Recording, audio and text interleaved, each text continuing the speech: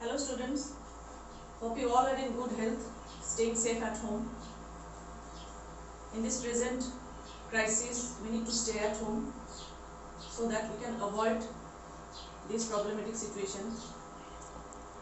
But we need to go on with our studies as well. So welcome all of you to your first class, that is life processes. Today we are going to learn about life processes. In this chapter, we will discuss about the different processes that maintain the life of living organisms, right? So for that, first of all, we need to know what are living organisms, or how would you decide what is alive and what is not alive. Okay, so what is the criteria to decide what is alive and what is not alive?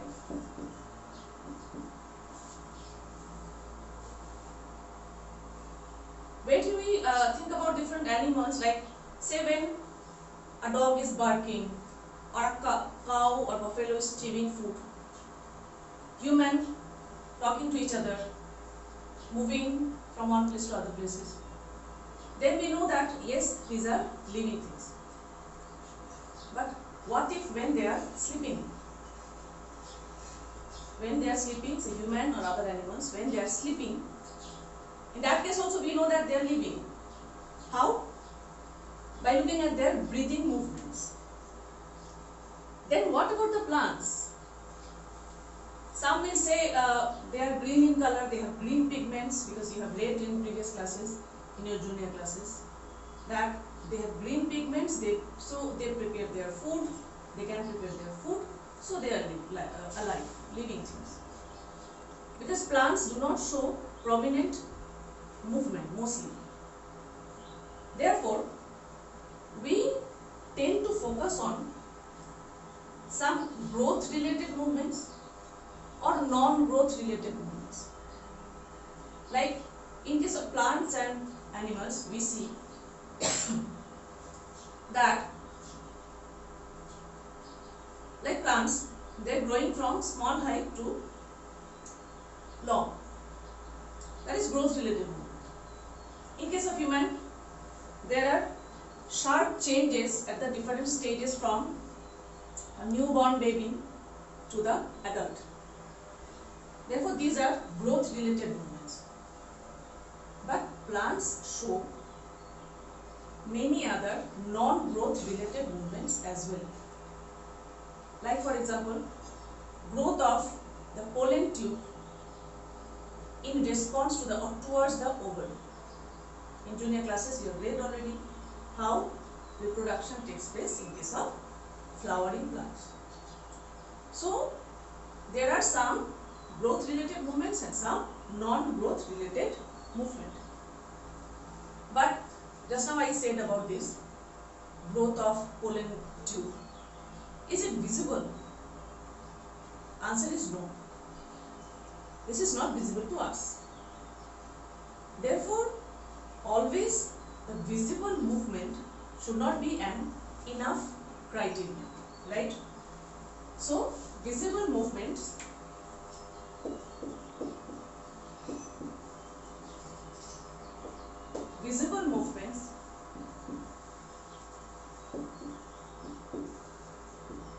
is not an enough criteria to decide whether something is alive or not.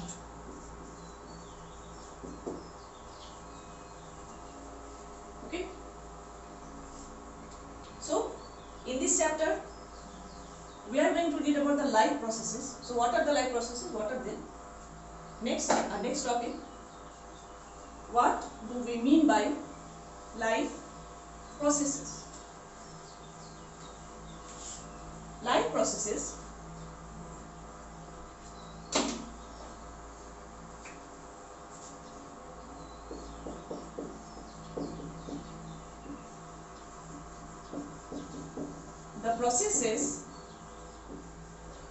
the processes which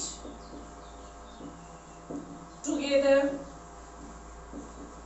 perform the